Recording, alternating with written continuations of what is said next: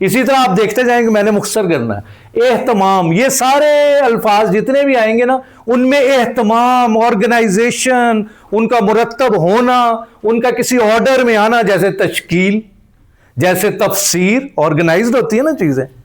اچھا، پھر تدریج بہت عام ہے کہ ان میں جو بھی کام ہوگا وہ سٹیپ بائی سٹیپ ہوگا، ون گو میں نہیں ہوگا۔ مثال کے طور پہ یہاں تو تھا انزال، اللہ تعالیٰ نے جہاں تورات اور زبور انجیل کا ذکر کیا تو بتایا ان کتابوں کا انزال ہوا، ایک دفعہ ہم نے نازل کی، ون گو، تختیاں دیں، حضرت موسیٰ وہ تختیاں لے کر آ گئے۔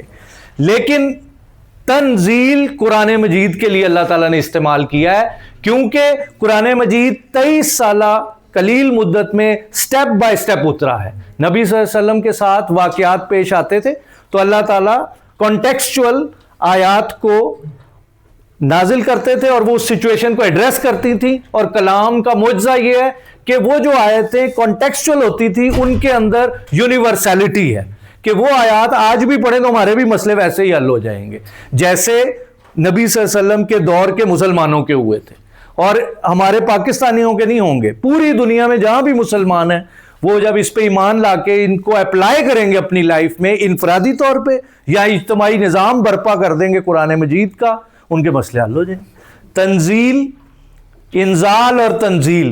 اچھا حسین بیٹھے ہوئے ہیں؟ نہیں ہے، چلو شاید بتائیں گے میں نے کیا فرق بتایا ہے انزال اور تنزیل کا۔ کھڑے ہو جاؤ ذرا، سنیے ذرا توجہ سے، کوئی موٹی بنیادی بات ایک بتا دو۔ ٹھیک ہے، ہاں بس یہی، ہاں ٹھیک ہے، اور یہ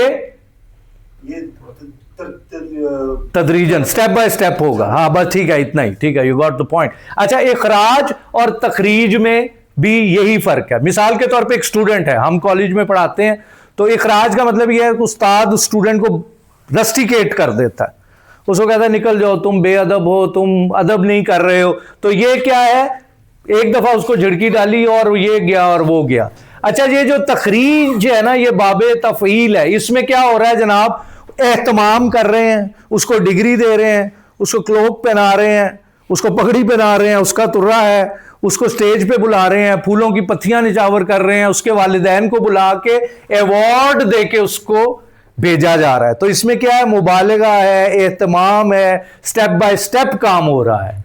تو یہ کیا ہے، ادھر ایک گو میں ہو رہا ہے، ادھر اہتمام کے ساتھ کام ہو رہا ہے۔ تخریج، ابلاغ کا مطلب یہ ہے ذرائع ابلاغ، ایک دفعہ بس خبر پہنچا دی۔ لیکن تبلیغ کیا ہے، نبی صلی اللہ علیہ وسلم کا طریقہ تھوڑی تبلیغ اور سٹیپ بائی سٹیپ تبلیغ۔ نبی صلی اللہ علیہ وسلم تھوڑی بات کرتے تھے، لمبی نہیں، اور ان سے ہی لوگوں کا دل جو ہے وہ بدل جاتا تھا۔ اب دیکھو نبی صلی اللہ علیہ وسلم نے ہمیں بھی بتا دیا، بلغوا انی ولو آیا۔ نبی صلی اللہ علیہ وسلم نے ہم جیسے جہلاء کو بھی یہ مقام عطا کر دیا، ان کے قربان جائیں اپنے نبی صلی اللہ علیہ وسلم کے، کہ ہم جیسے جاہل جو کہ ہم عالم نہیں ہیں، تو ہمیں بھی کہا ایک آیت آتی ہے تو پہنچا دو، ہمیں بھی کہا، اور یہ آپ سب کا مینڈیٹ ہے، یہ آپ سب کا مینڈیٹ ہے، یہ کچھ مولویوں کے لیے نہیں قرآن مجید اترا ہوا، وہ تو کر رہے ہیں جو کام کر رہے ہیں، اللہ ان کو اجر عظیم عطا کرے گا۔ تو ساڈے کو نہیں پوچھے گا اللہ تعالیٰ، ساڈے کو بھی پوچھے گا کہ بھی جو تانوں پتا سی وہ تسی پہنچایا کہ نہیں پہنچایا۔ تو بلغو کا مطلب یہ ہے اچھی طرح اہتمام سے، مبالغے کے ساتھ، تدریج کے ساتھ ساری بات دل میں بٹھانا، اس کو کہتے ہیں تبلیغ۔ ایک دفعہ نہیں، آہستہ آہستہ بتاتے رہنا، بلغوا انی ولو آیا، ایک آیت میری طرف سے پہنچ رہی ہے اس کو آگے پہنچا دو۔ اچھا آگے دیکھیں، اغلاق اور تغلیق۔ اچھا قرآن مجید میں سورہ یوسف سورہ نمبر 12 پارہ نمبر 12 ہی رکوع ہیں، اس کے بھائی بھی 12 تھے، اللہ کی شان ہے۔ تو اس میں یہ ہوتا ہے بند کرنا، تغلیق کا مطلب ہوتا ہے دروازہ بند کرنا۔ اچھا اب زلیخا جو تھی، زلیخا کا متن میں نام نہیں آیا، امراۃ العزیز آیا، تو اس نے دروازے بند کر دیے۔ اب وہاں پر یہ ورڈ آیا یا یہ ورڈ آیا، غلقا، تو غلقا یغلقو تغلیقاً، یہ والا لفظ آیا، اہتمام کے ساتھ، مبالغہ کے ساتھ، تدریج کے ساتھ، اس نے 1 بائی 1 دروازے بند کیے، جندرے مار دیتے، اور اختصار حکایت بھی ہوتی ہے اس میں۔ تھوڑی سی بات اللہ ایک لفظ بتاتے ہیں، اس کے پیچھے پوری فلم ہوتی ہے، اس کے پیچھے پوری کہانی ہوتی ہے۔ زید صاحب سمجھا پا رہا ہوں میں؟ تو تغلیق وہاں پہ اللہ نے کہا، اغلاق نہیں کہا، قرآن پڑھیے گا جا کے۔ وَغَلَّقَتِ الْأَبْوَابُ، اور اس نے بند کر دیے 7 بھائی دروازے. تو دروازے اب یہ دیکھیں نا جی, الباب اور بڑے اسپیشل دروازے تھے. ہاں وہ اسپیشل محل دے دروازے سن, ہاں وہ ساڈے والے دروازے تھوڑی سن. تو تغلیق کا لفظ اللہ تعالیٰ نے استعمال کیا. اچھا یہ باب افعال اور یہ تفعیل کا فرق آپ کو بالکل کلیئر ہونا چاہیے. ہو گیا کلیئر جی؟ یہ ایک بندہ یہاں آیا ہماری کلاس پڑھنے, چپ کر کے آ کے بیٹھا اور چپ کر کے چلا گیا. اس نے کسی سے نہ بات کی نہ کچھ کیا, بس سن کے چلا گیا. اس ورب کو ہم یہ کہتے ہیں اس نے کسی کو کچھ بھی نہیں کہا. یہ ہے لازم. متعدی کیا ہوتا ہے؟ آیا, آپ کو کونی ماری, اقبال صاحب کو اس نے ایسے تھپکی لگائی, سب کو چھیڑا, ڈسٹربنس پیدا کی, تو جو دوسروں تک ایکشن پہنچ رہا ہے اس کو کہتے ہیں متعدی. انگریزی گرامر میں جس جملے میں آبجیکٹ آئے اس کو ہم متعدی کہتے ہیں, ٹرانزٹیو ورب. ایک اگر میں یہ کہوں آئی ایم گوئنگ, تو یہ جو گو جو ہے یہ لازم ورب ہے, اس میں آبجیکٹ نہیں ہے. جس میں آبجیکٹ نہ ہو وہ لازم ہے, اور جس میں آبجیکٹ ہو, مثلا میں نے قلم پھینکا, اس میں آبجیکٹ ہے. ہاں تو میں نے جو قلم پھینکا ہے, I threw the pen, تو threw is a transitive verb because it has an object. What is the object? This pen.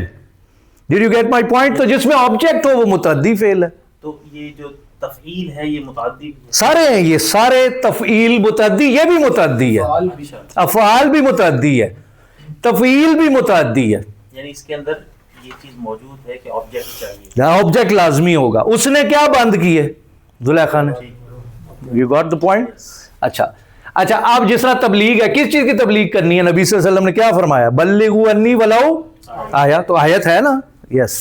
تو یہ سارے شیڈز آئیں گے. اچھا اب اگلی بات, ہم نے پہلے چھوٹے دروازے 6 پڑھے تھے, قتل, قطع, ذبح, قذبہ, ٹھیک ہے. قتل اس نے قتل کیا اکرم صاحب, اور قطع اس نے کاٹا, ذبح اس نے ذبح کر دیا, قذبہ اس نے جھوٹ بولا. علی صاحب سمجھا پا رہا ہوں میں؟ Okay good. قادری صاحب آواز آ رہی ہے میری؟ او گڈ. اچھا اب یہ دیکھیں, یہ سادے تھے نا, اب اس کو ہم تبدیل کر رہے ہیں, باب تفعیل سے گزارتے ہیں ان الفاظ کو. قتل ہی مرڈرڈ, اسے لیکن جب یہ فعل کی ڈائی میں سے یہ قتل کا لفظ گزارے ایسے, یہ سیم, تو یہ بن گیا قتل. اب قتل کا مطلب پتہ کیا؟ انہیں گولیاں مار کے بھون دیتا انہوں. کیوں؟ کیونکہ مبالغہ, اہتمام, تدریج, تو یہ سارے کام ہو رہے ہیں. کولڈ بلڈڈ مرڈر سمجھتے ہیں انگلش میں کیا ہوتا ہے؟ کہ اس میں ایک گولی سے تو بندہ مر گیا, پھر بھی خاندانی دشمنی سی, انہیں سینہ ٹھنڈ پا کے کافی اس نے برسٹ مارے ہیں. تو یہ کیا قتل. اچھا قطع اس نے کاٹا, ایک کلاڑی پکڑی, درخت کو ایک دفعہ مارا تو وہ ٹوٹے ہو گئے 2 اس کے, لیکن قطع انہیں ٹوٹے ٹوٹے کر دیتا. جناب سمجھ میں ہے قطع اور قطع کا فرق آپ کو؟ تو کسائی کیا کرتا ہے علی صاحب, قطع یا قطع گوشت کو؟ وہ قطع کر رہا ہے کیونکہ اس کو ٹکڑے ٹکڑے کر رہا ہے. ذبح اس نے ذبح کیا, اور ذبح اس نے جناب جب تک اس کے سینے میں ٹھنڈ نہیں نہ پڑ گئی. آپ دیکھیں فرعون کیا کر رہا تھا, نر بچوں کو وہ مارتا چلا جا رہا تھا, تو وہاں پہ اللہ نے یہ پتہ ہے یہ لفظ یوز کیا کہ یہ والا وہاں قرآن میں پڑھنا ذبح, کہ وہ بڑی بے دردی کے ساتھ ان کو ذبح کر رہا تھا. زید بھائی ورڈ ٹو بی نوٹڈ, یہ والے شیڈز آئیں گے. قذبہ اس نے جھوٹ بولا نا, قذبہ جھٹلایا, اس نے بار بار جھٹلایا. قذبہ وتولی, اور اس کے بعد پھر گیا وہ, تو اس میں بھی اسی طرح شیڈ آ رہا ہے. اچھا یہاں تک بھی آپ کو کچھ بات واضح ہو گئی. اچھا یہ قرآن مجید کی ایک آیت ہے, سورہ نمبر 5 المائدہ, اس کی آیت نمبر 33 ہے, یہ پڑھیے گا. اللہ تعالیٰ نے وہاں پر اسلام میں 4 سزائیں ہیں جن کو حدود کہتے ہیں, ٹھیک ہے. ایک تو قصاص ہے, جان کے بدلے جان ہو جائے گی. پھر چوری ڈاکے کی سزا ہے, ہاتھ کاٹنے کی سزا ہے, اور حد قذف ہے, جھوٹا الزام لگانے کی. اچھا یہ اس میں ایک سزا بیان ہوئی ہے, ڈاکہ مارنا, رازنی کرنا. تو تینوں لفظ اللہ تعالیٰ نے باب تفعیل سے استعمال کیے ہیں کہ جو لوگ اللہ کے بنائے ہوئے نظام کے خلاف بغاوت کریں گے. 5:33 پڑھیے گا, وہاں آیا قتلوا, کہ ان کو ٹکڑے کر دیے جائیں ان کے. صلبوا, ان کو اچھی طرح سولی پہ لٹکایا جائے. پھر اس کے بعد قطعوا, کہ ان کی تختی کی جائے, ٹکڑے کر دیے جائیں, ان کے مخالف ہاتھ بازو کاٹ دیے جائیں جو افساد کریں. بات سمجھ میں آ رہی؟ تو اللہ تعالیٰ نے جب یہ لفظ یوز کیے, یہ ترجمے میں نہیں آئیں گے, یہ عربی جب آپ سیکھیں گے, عربی میں آپ کو شیڈز جو ہے یہ واضح نظر آئیں گے. اچھا یہ دیکھیے, یہ آیت ہے الرحمن, سورہ نمبر 55.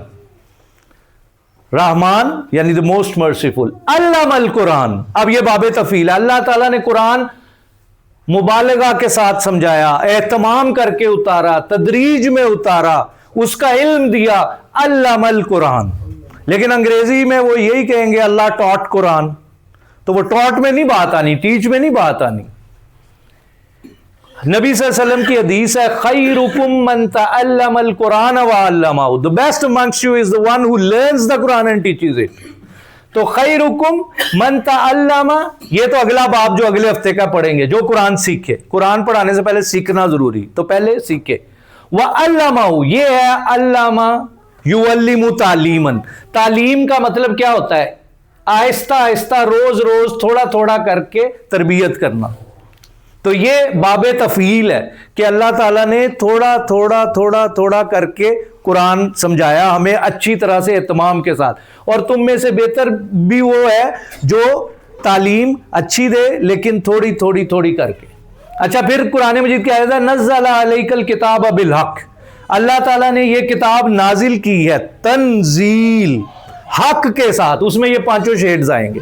پھر اس کے بعد یہ اکثر قرآن مجید کی آخری 2-3 پاروں کی آیات جو ہے نا انہیں مسبحات کہتے ہیں. سبح للہ, وہ ایسے ہی شروع ہو رہی ہیں. ہر چیز تسبیح کر رہی ہے اللہ کی. کیسے کر رہی ہے؟ اہتمام کے ساتھ بھی, تدریج کے ساتھ بھی, مبالغہ کے ساتھ بھی. پھر اسی طرح سے آیا وَصَوَّرَكُمْ فَأَحْسَنَ صُوَرَكُمْ, اللہ تعالیٰ نے تمہاری تصویر بنائی ہے کتنی خوبصورت. صورا یصور تصویرا, تفعیل, تصویر, وہی باب. پھر اس کے بعد ہے کذالک یبین اللہ لکم الآیات, وہ واضح کر رہا ہے اللہ تمہارے سامنے آیتیں کھول رہا ہے. تبیین کا مطلب تفعیل, اچھی طرح اہتمام کے ساتھ, تدریج کے ساتھ چیزوں کو کھولنا, یہ والا باب. اور میرا خیال ہے کوئی اس میں بات نہیں رہ گئی. کوئی سوال ہے تو کر لیں. If you have any question. کتنے منٹ ہو گئے؟ کیا کہیں؟ ہاں بس ٹھیک ہے, اس کو روک دیں. وآخر دعوانا ان الحمد للہ رب العالمین. اب آپ سوال کر لیں.